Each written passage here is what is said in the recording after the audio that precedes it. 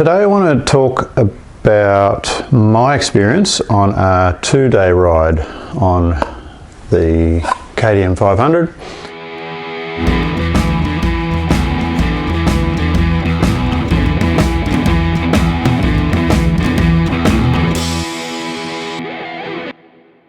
This is my first long ride, overnighter, carrying luggage. I just wanted to go through some of the things that worked, some of the things that didn't work, just give you my opinions on the build of this thing so far. There will be some footage from the ride playing as well. I had intended to do a bit of commentary along the way, but unfortunately I had audio issues. Thought I did the right thing, bought a new microphone, tested it, hello, testing, before I left, and then it was intermittent throughout the trip and mostly just buzzing. So it'll just be me talking for a while. To give a bit of context, it was a 2-day ride in Victoria in winter. We had rain and it was cold. Probably 3-4 hours of each day was really cold, and the first day had rain. Then there was sunshine. We had everything from slippery mountain roads, open sort of farm roads, I suppose, some fast high-speed stuff in central Victoria, gravelly tracks that were quite dry, pretty tough sort of rocky terrain. So all sorts of terrain, all sorts of weather, half a dozen bikes on the trip. We did 450 Ks or so each day. The first thing that was great was around the comfort of the ride, and that is for the heated grips. So they are brilliant, the heated grips, and the screen. Now I've had a question about why put a screen on a dirt bike.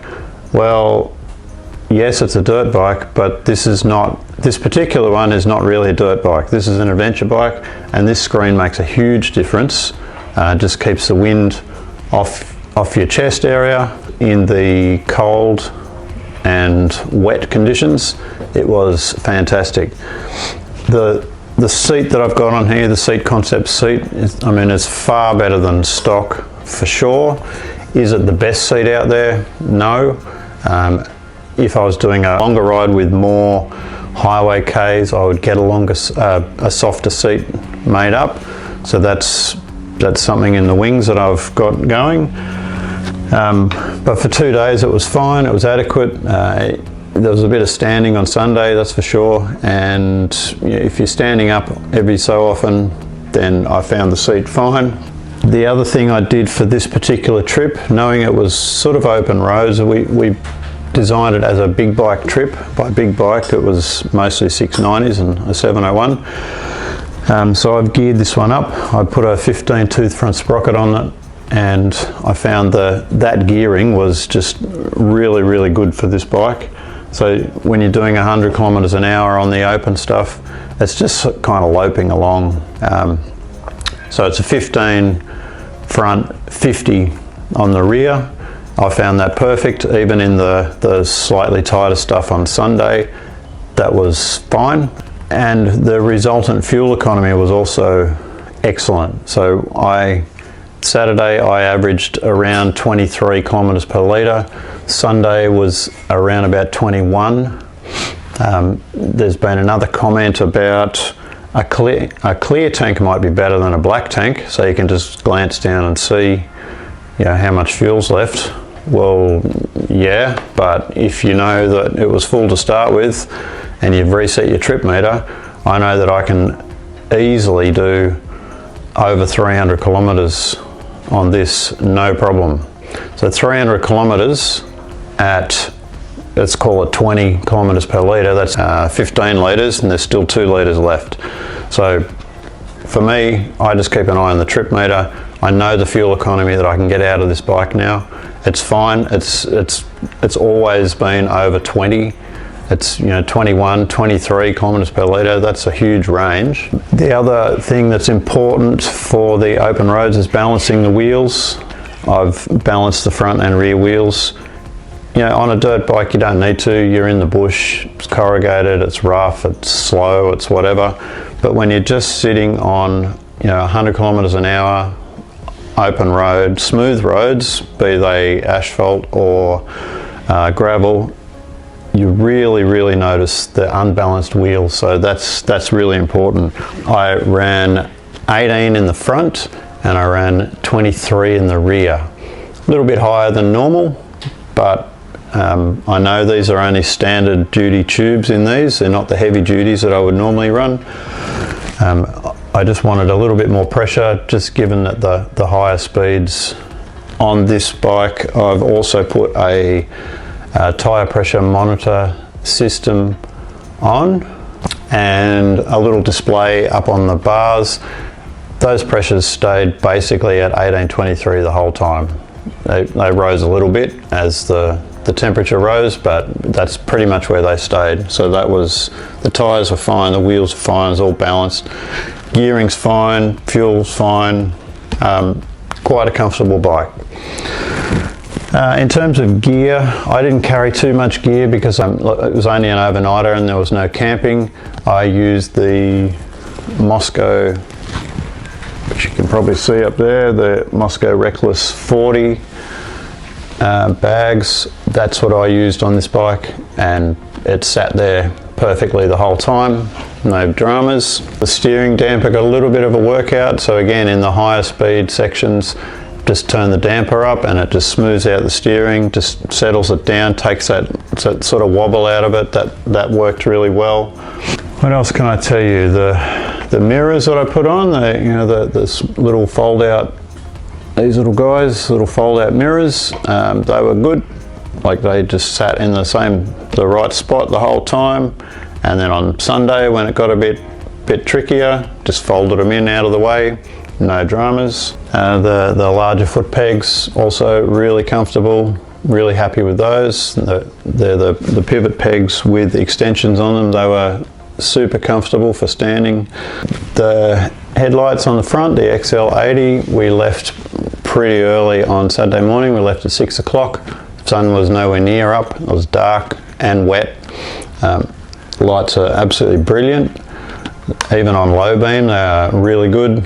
And on high beam they're just phenomenal, so really happy with the lights. Probably the last thing for me is just the overall size and weight of this bike compared to the bigger bikes. Sunday I threw in a little bit of track that I had done it once before on the DR, but that was a couple of years ago. She's pretty chopped out now where we went, and the bigger bikes were getting stuck on the rocky stuff.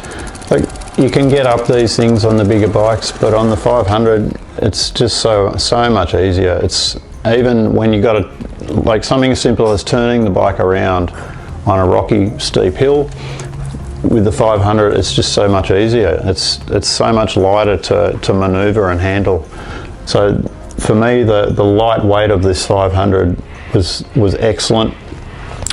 I used a small tank bag on this ride, the Enduristan tank bag. I can't remember the model number, but it's quite a small one. Just set up the front here. That was an ideal location for charging bits and pieces as well. I could put my phone in there, put my camera in there, charge up batteries direct from the USB ports up on the dash. The lead just goes into the tank bag, so that worked well. It was only 1,000 kilometers, so I never had to worry about oil changes or anything. So what would I change? Well, nothing really. Everything was fantastic with this bike. Maybe the seat. The seat is probably a bit tough for a longer adventure ride.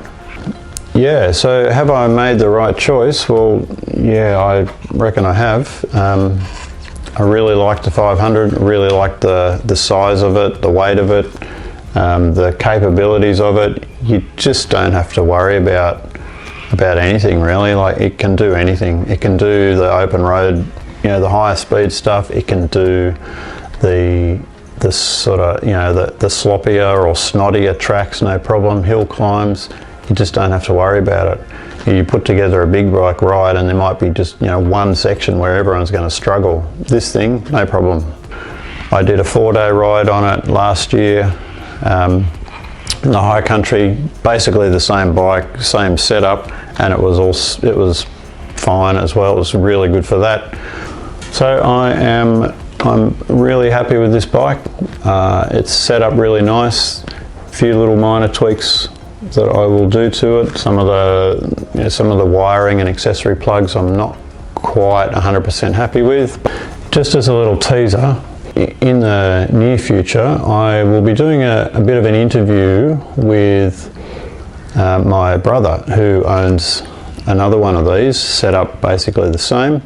He's recently completed a 2-week 5,000 kilometer ride on this 500, which covered everything from sand, desert, open road, cold, hot, all sorts of terrain, all sorts of weather.